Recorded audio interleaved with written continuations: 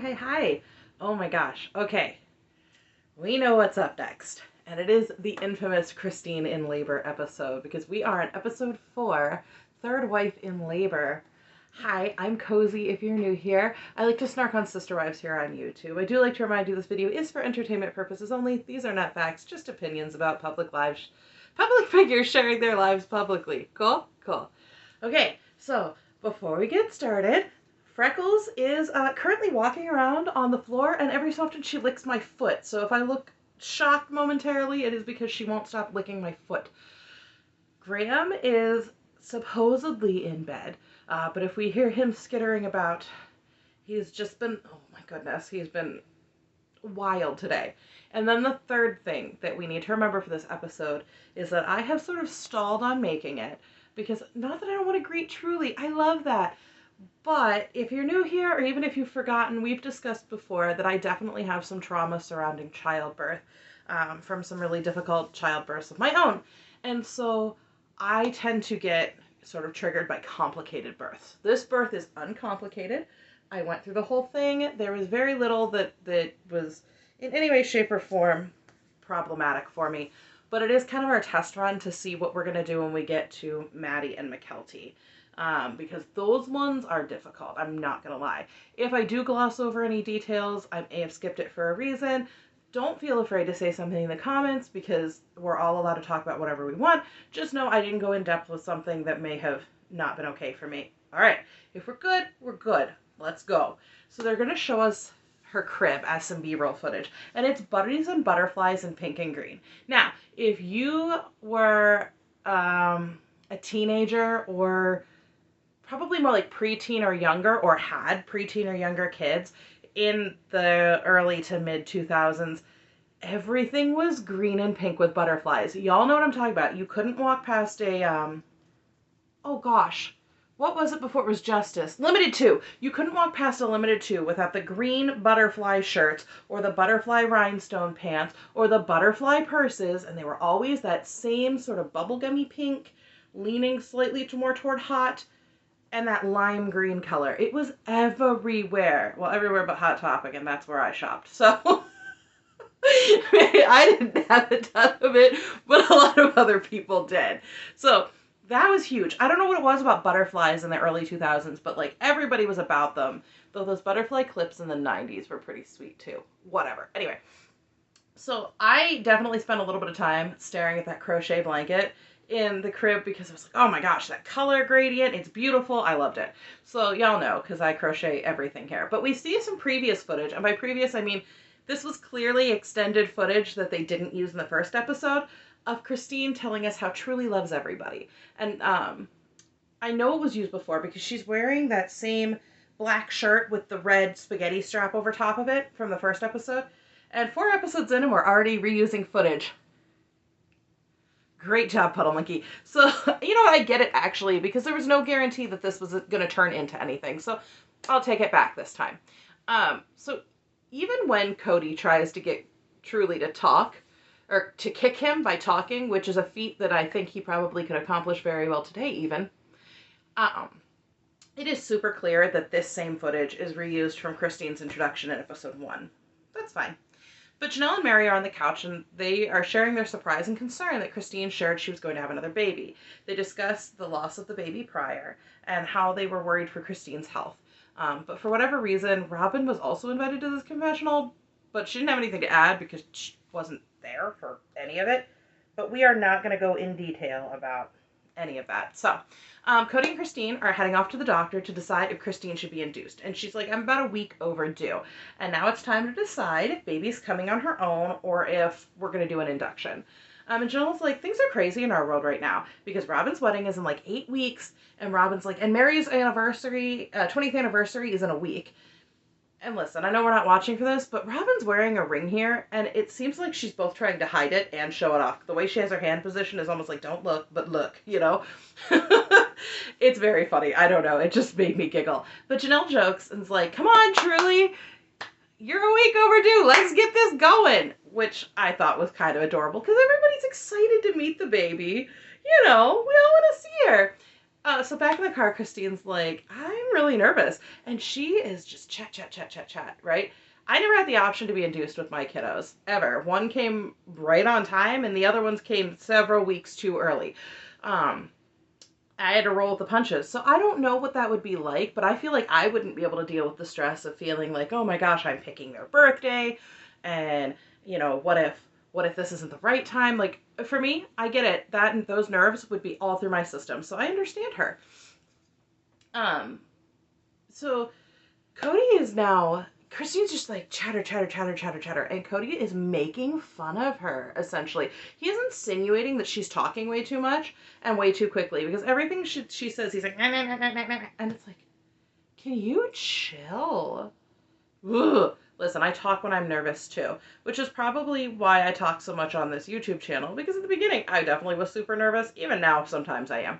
But you know what? I would have been like, you know what? Drop me off. I'll go figure it out. I'll call you later, let you know when the baby's here, because I'm not going to be ashamed of talking my fears out. And I would be that person who'd be like, I'll just call you when the baby gets here. I don't need this drama today. But Christine's like, babysitting's taken care of. Robin asked what needed to be done, and Christine's like, just come over and take charge. Fair enough. You always need somebody to take care of that. And so Robin's like, I ran over and I grabbed Janelle and Christine's kids and brought them back to my house. And we had a party, is how she says it. And this party apparently consists of McKelty in moon shoes. Because that's the B-roll they show us. But you know what? I never had those moon shoes as a kid, and I thought they were baller, and I wanted a pair so bad. So you know what? Go off, girl. I'm here for it. And the chaos, good lord, the chaos that they show us is insane. There's kids yelling, wrestling, banging Barbie doll heads against the wall. Savannah with a boo-boo. Like, what? And so Robin's like, going from 3 kids to 15 is a little overwhelming. And yeah, you don't say. If you're only used to 3 children, 15 would be a huge change, girl. And she actually does start crying here. And there's a real tear. And I shouldn't be laughing, because what she's crying about isn't the overwhelming children. But the way I have it in my notes makes it sound like it is. That's hilarious. Anyway, so she's like, she came from a broken family, and she had a stepfather who really stepped up and became her dad. So it makes it feel easier for her to extend that love to other children. And there's definitely validity to that. I have family that come from step-parent relationships. I have family that come from adoptions. And honestly, I would never think of them any different. I have an uncle who is my mother's stepbrother, who is my mother's adopted stepbrother. So genuinely, not a lot of connection there. But I would never in my life have ever once been like, oh no, that's not my uncle.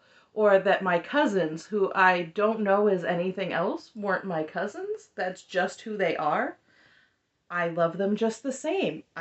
So I get that. I get that feeling. And I will validate that Robin is correct. I think when you come from family relationships and dynamics that are different, it's a lot easier sometimes to understand how to integrate that. Though I will say, she has done a poor job integrating her children into the rest of the family. And I am going to blame her here, because she has held everyone back from being able to integrate well. So Mary's like, so where do you draw the line of who you love? And she's right, you don't. You don't. And she shares that she had hoped and expected to have 8 kids. But in the 20 years she's been married, she's had 1. She's like, I've had 2 pregnancies, 1 child. And she doesn't specify, but she kind of implied that through her sister wives, she was able to have the large family she envisioned. And she's right. So Christine and Cody pull up to the hospital, and immediately this strikes me as odd. Because if you're just going to discuss induction, I genuinely don't know anyone who's gone directly to the hospital to do that, unless you were going for a non-stress test and to discuss induction. That would be about the only way I can think. But this sort of leads one to believe that the intention was always to induce on this day. And I think a lot of Christine's nervousness makes me feel like that. And they don't have anything with them, which is also odd. But they discuss having the birthday on the 13th, and Christine says, this is your 13th child. Christine says, that's before that. They discuss having the baby on the 13th, and Christine responds to Cody's concerns about when he says, I don't know about the 13th, by saying, is it because of Fridays? And almost like he doesn't hear her or just doesn't acknowledge or get what she was saying. He's like, because of Friday the 13th. But the way he says it isn't like he's responding to her. It's almost like, yeah, I don't think you're getting it. And it's like, no, but I don't think you're getting it. But anyway, I guess it could have been confirmation, but his tone was too confrontational to reflect that. And she says, well, we aren't superstitious. Maybe Cody's a little stitious. So Janelle says that she's been concerned for Christine, especially because of her age. Christine's 37, not 98. I know it's a little bit late to be having babies, but we're not pushing into the impossibility territory here. And so Mary's like, I think Christine just wants to take precautions. And fair enough. So in the hospital, Christine gasps and like, this is your 13th child on the 13th. And so he's like, oh yeah, we have to induce. And Christine does correct herself and say, your 13th biological child. But they have Christine all hooked up, and she and Cody are snuggled into the bed, and it's actually kind of cute, but he is taking up way too much of that bed. I'm just saying. Because my response, he's like, can I do anything for you? And my response to this would have been, yeah, move. Can I have some space? It is me and a whole other human being. Scooch over. Whatever. I was a very grumpy pregnant lady, like, very grumpy. There were a lot of reasons for that. So the nurse comes in and they're all snuggled up. But Cody, I noticed when he's laying there, has his arms crossed across his chest. He never reaches over and touches Christine to comfort her. She, on the other hand, is snuggled into his side, arm around him, holding on to him for comfort. But Cody leaps up as Nurse Pam introduces herself. And Christine's like, oh, awkward, and laughs. But then Dr. Bean comes in, and Pam's like, I didn't start an IV because I didn't have a for sure, and she says it in quotes, for sure, on the induction. And Cody's like, well, if you think it's a cool idea, this is my 13th kid on the 13th day. Which, like, what have you done if Dr. Bean were like, nope, that's a super dumb idea, but we're doing it anyway? Like, would Cody been like, yeah, no, it was her idea, super dumb, right? Okay, fine. You know what? Just whatever. So Cody decides that he's going to play nurse and find the heartbeat. And let me tell you, those stupid heartbeat monitors are the worst. Like, I understand the importance of the heartbeat and contraction monitors. I do. But in the whole of human history, no one has come up with a better idea than these chunky things on straps that never stay where they're supposed to. They hurt. And the straps are, like, Velcro, so they dig into your flesh. You're already in pain. Why? Oh, my. I'm not an inventor. But if somebody does come up with it, you'll make millions. Just saying. So Pam explains the different monitors and asks Christine about the epidural. And she's like, you know, sixth child, I deserve it, kind of thing. Listen, I've never done it without an epidural, so I can't compare. Had I had a choice, I genuinely don't know what I would have picked. But since I had it that way, go off, Christine. Let's do this. So Pam's like, oh, I've done births with polygamists before. I even have polygamy in my family roots, so there's no reason for me to judge. She does ask if Christine is the first wife, and Cody's like, third. I was blessed with her. But he's sort of quiet when he says it, which I wonder if it's sort of like, you know, we're in a hospital setting, there's a lot of questions, whatever. But she's like, I can't be too judgmental. It's in here somewhere. And as a L&D nurse, I sort of doubt she would be overly judgmental to anyone in front of their face. Like, I'm sure she has wild stories that she can tell at parties. Anybody who works at hospitals has wild stories they can tell at parties. We all know this.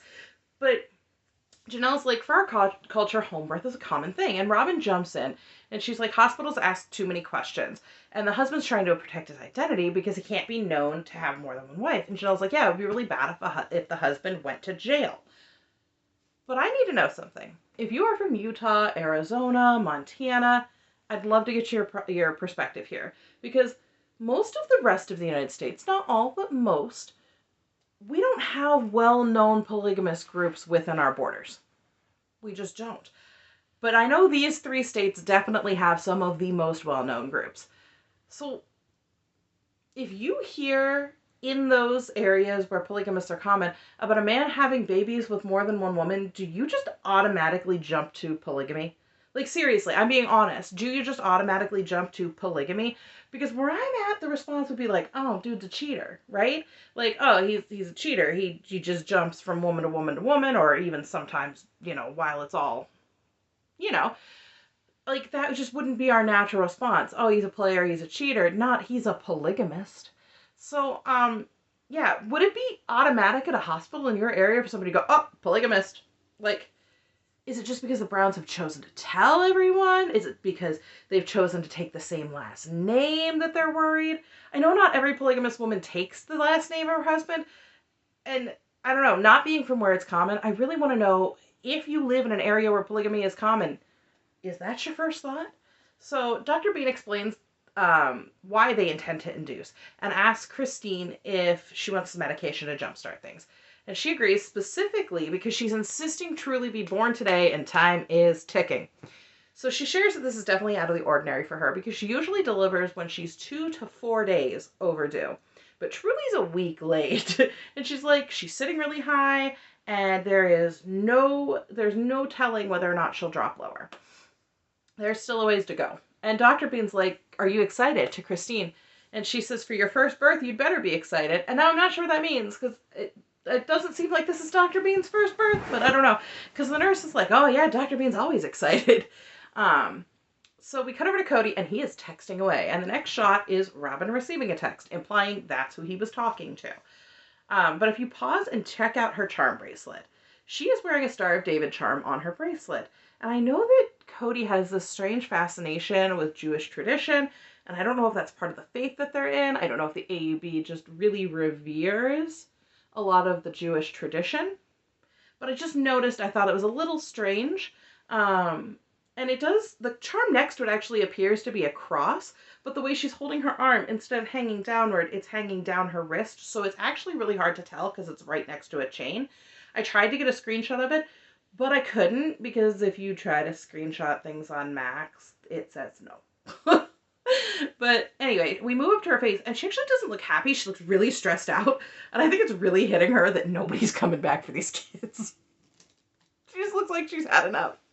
But she tells the kids the announcement that Christine's having her baby right now. And aside from the fact that Christine isn't really in active labor yet, I definitely noticed something interesting. Janelle and Mary seem to fluctuate between saying her baby, as in Christine's baby, and the baby, or our baby, as in this baby is being raised by the family and is our baby too. But when Robin talks about Truly, she always says her baby, as in Christine's baby. And I wonder if this is because she's not married in yet and she doesn't feel comfortable trying to take that role on currently, or maybe it's an extension of the fact that they are all singular couples and families within the larger family, which is something that Christine brought up recently. I don't know. I just noticed it and thought it was kind of an interesting speech pattern. But the kids are super excited at the announcement, and none more than Savannah, who is just looking for some time off school, let's be honest. She's like, yeah, no school! All those letters, man. They really stress her out and she needs a break. But Mary shares that she's at work and she found out and she was like, I'm ready to go, let's go. Because she's super excited to see the baby. And I'm glad for her. She should be. So Cody says to Christine, should I go home and change and get your stuff? And Christine's like, yes, get Aspen. And Pam's like, does she want to come in for the delivery? And initially Christine says she wants to be here after the baby is born. New conspiracy theory unlocked. Cody has no intention of staying with Christine that night. Okay, follow me. So he asks if he can get her things, not his. Aspen is coming to see the baby right after, but there's no saying she's not intending to stay to help Christine overnight. He never implies he will be getting any of his things to stay there. So my new conspiracy theory is Cody had no intention of staying, but the wives thought he did, and he was going to sneak his way on over to Robin's and stay the night there. Listen, I'm just making this up. I'm 44% joking here. I don't have, this is not real. But Cody does leave, and Pam gets Christine up to bounce on the little ball thing. I don't know, I was never allowed to use it. And Christine's sure she's pleasantly shocked about how nice it's been in the hospital, and she's like, I wonder if maybe I've made a mistake. Should I have done this before? No, girl, you did what you did. Let's just be happy about it.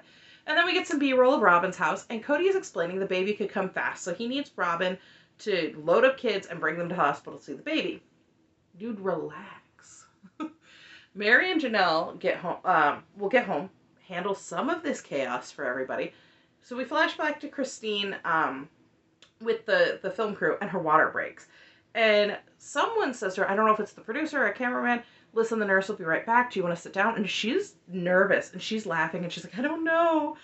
She says she's always had the baby super fast after her water breaks. So she calls Cody and she's like, my water broke. And he's sort of in like a disaffected way is like, okay. Or he says, okay, cool. She says, yeah, hurry. Back at Robin's, Cody has changed his clothes. I actually went back and forth to make sure. Prior to us seeing him there, I think it's probably safe to guess he stopped at the big house first, but he doesn't have Aspen. So I don't know. But props to him if he did. I know we give him a lot of crap for rushing straight to Robin's house and not doing what he said he would, but if he changed his clothes, there is at least a 50-50 chance that he did go home and get Christine's things first. Listen, the person I do want to give some guff to, though, is Robin.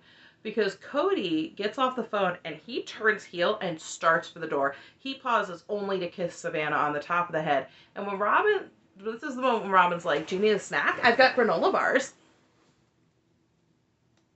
Really? She's like, I have crackers. No, what he needs is you to say, okay, love you, call me when you have news. That's what you need. Not crackers, not organic granola bars, but Cody does rush out, and then she wanders over to the door, and that's where she goes, they're organic. And I don't know, does she expect him to go, oh, well, if they're organic? Anyway, instead, we get these two not knowing how mic packs work. You know that scene in The Office where Holly and Michael decide they're going to hook up, and instead of turning the mic pack off, they turn the volume all the way up, and are like, hee, no one knows what we're doing. Yeah, Genius is like, oh, they ain't got the clue. And the cameraman throws the door open to catch them kissing on the porch. You know, that very thing that hurt Christine so much in the first place. As she's laboring alone, waiting on him, and he's macking on the girl that she already said stop doing that about. Just saying. So, he's like, I have a wife in labor. I'm not going to sit here kissing my girlfriend. As he comes back for another kiss. Bro, what you should have said was, listen, you caught me. All right, well enough. I'm not going to do that. I have to get going. Like, that's what you should have done. But nope, goes back in for the other kiss. Meanwhile, Pam is at the hospital explaining the procedure for epidurals to Christine. So back at the hospital, Christine is ready for epidural.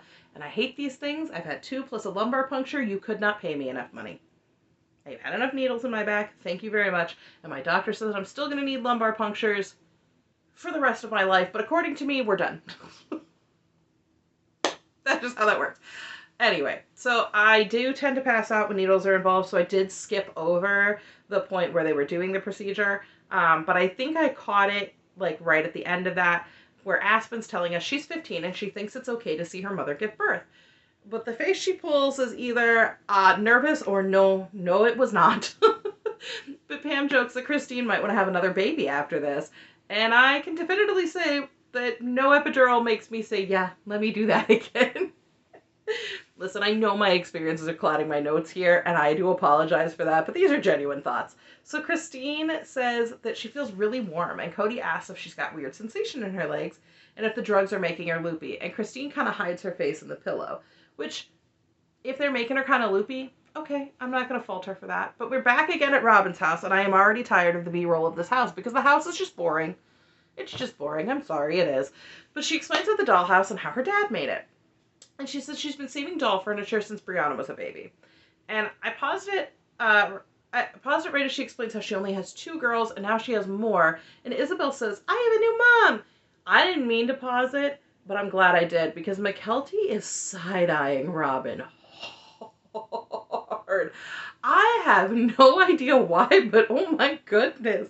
She's like side-eyeing her like a way I've never seen before. If you pause at the right moments, McKelty is the queen of side-eye. Like, just saying. But, Robin also has some sort of metal shelving or hutch situation next to the dollhouse that looks as though it should have drawers, and the drawers are just gone. Not there.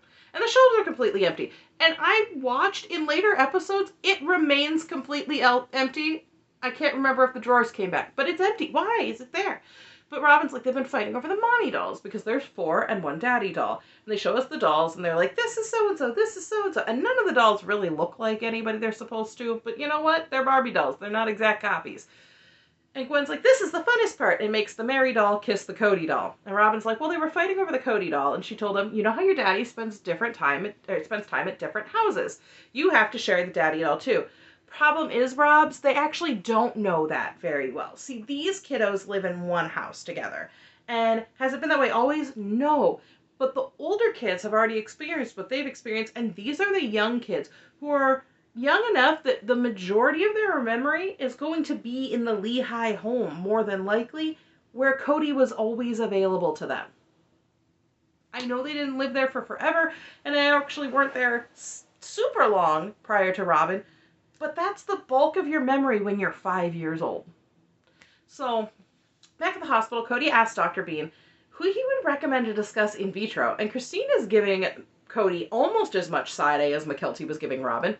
And Dr. Bean's like, why do you want to discuss this? And he's like, oh, I have a wife who only has 1. And he's like, 1 ovary? And he's like, no, 1 child. That's the business I'm in. Which, based off of the happenings of today's world, that statement ages like milk. Like, ooh. But Christine calls him out and is like, yeah, classy. And Dr. Bean's like, yeah, that is kind of weird talking about one wife's fertility while this one's about to give birth. He's like, I was looking to you to see if it was okay, Christine. And Cody's like, no, Mary and Christine have always had a really close relationship, so it's okay. Let me tell you, it isn't close enough for you to talk about having a baby with another one while this one is trying to give you a whole human being. Also, weren't y'all just dogging on Christine's age when Mary is older than her? Like, you know what? Listen. Nothing about this conversation's okay. It's weird. It's weird for the audience. Like, I'm sorry. Even back then, I don't think the audience was going, ooh, reality TV drama. I think we were going, that's not okay. Janelle shows up at Robin's, and of course she has to come collect her children. But good Lord, what happened today at work for Janelle? If you watch this again, look at poor Janelle when she picks up these kids. She looks like she's gone through a wind tunnel. It looks like it was a rough day at the office. You know what? That's fine. She says it's going to be late when the baby is born, and they'd intended to take all the kiddos to see her. And she doesn't know if the hospital's going to let them bring in 20 people. Which, fairly good bet they would not like that. Especially when almost all of them are children. And a film crew. But we jump to much later in the evening, and Janelle's like, Cody's texted me to start loading up the kids in about a half an hour. Which means she should have gotten them ready about 2.5 hours ago. But she's like, I need to call Robin to coordinate. Back at the hospital, Dr. Bean's getting all suited up, and I can't help but laugh a little bit at how head to toe he is covered, and how much Robin's midwife probably wishes that she'd had all of that later on down the road. But everyone's suited up. Christine is like, I don't know if I'm ready for this. Cody's wisdom is to remind her to breathe. Also makes me think of one of Robin's births, but she wasn't breathing, and she seemed a lot more likely to fight him. Through the magic of editing, Truly arrives quickly and without concern. And even as tiny she is, she still looks like Truly.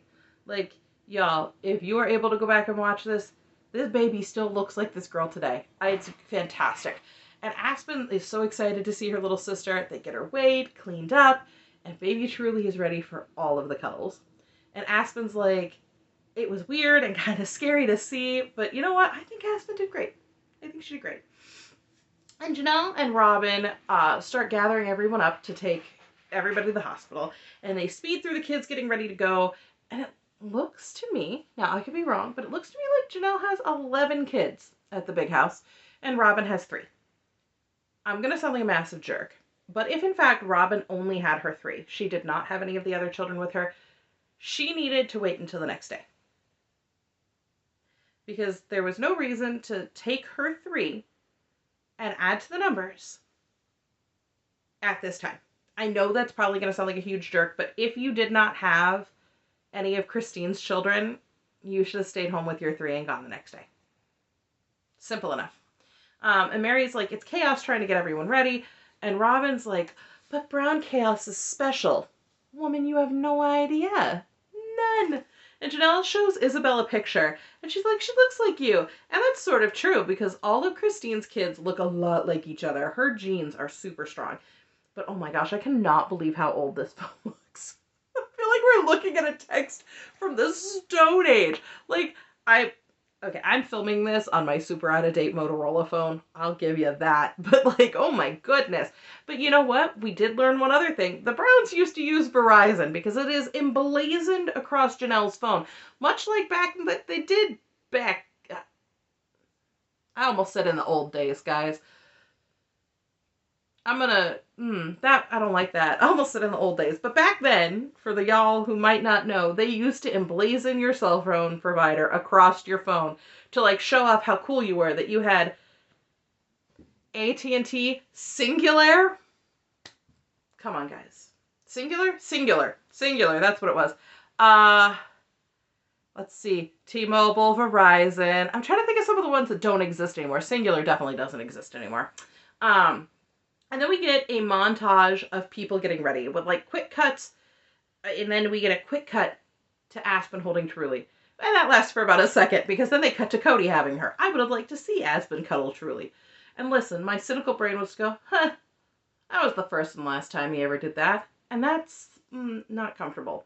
But as everybody piles into the hospital, we're getting cuts back and forth to Christine's room. And she's already dressed in her like spaghetti strap and long sleeve shirt combo. And the only thing I can think is, if you're nursing that baby, that's not the best outfit to be in. But cool. And she's talking to Nurse Pam. And Pam's like, it's great we managed to get it done on the 13th, because I think you'd have been disappointed if we'd have been 5 minutes over. And Aspen starts joking like, yeah, imagine if it was at 12:05. Yeah, they probably would have been not happy about it. But everybody gets in. Truly is getting passed from family member to family member to family member, and they all agree she is the cutest baby ever. And Janelle's like, all the children have felt like my children. So it's like expecting another child without having to do all the work. I get that. And Robin's like, I feel glowy and sparkly. And was like, oh, see, this is a family. Yeah, it is. And the way she said it sort of implies that this is what she had been hoping for. And if that's the case, then she and Cody should have treated the family unit with more care. Listen, Robin has clearly romanticized this idea of polygamy, and she wanted what the Browns had, but the only thing that she knew was how to do it separately. She didn't have a great role model at how to live as one big family. So she has this romanticized idea of how she can be her own individual couple while maintaining this family relationship. But unfortunately, those two ideas don't work together. Not the way the Browns had been doing it for all this time. It doesn't work to be individual couples when you're coming into a family who doesn't really understand what it means to be individual couples. I don't know. She wanted to have her cake and eat it too, and it's just not going to work the way she wants it to. We all know that. We've seen it play out. But Mary shares she always wanted a big family and have lots of kids, and she does. And I think of all the awful things that this lifestyle brought to Mary, Mary was still able to have the big family she'd always hoped for. But the episode ends with Truly in her crib, side-eyeing the camera, just as it should be, because Christine's children, they are fantastic at the side-eye. But that's it. That's the whole episode. Like I said, we're doing these 30-minute long episodes, so we're not getting too crazy here. I don't really have much else for you guys. I don't have a ton of updates. I've been just doing the crochet stuff and just kind of getting by. Later this month, I have an appointment to go talk to my doctor about starting Ozempic to see if trying to get some weight loss going on will help with the pseudotumor. We're not sure how that will play out or if it will even work, but we're going to discuss the options to see. And that's kind of it. I've got nothing much else. So I guess this is where I leave you. I already have the notes written for several more episodes, so I should be able to film those and get those out to you fairly quickly. And I cannot wait to see you here again. I hope you all have a fantastic day. Bye!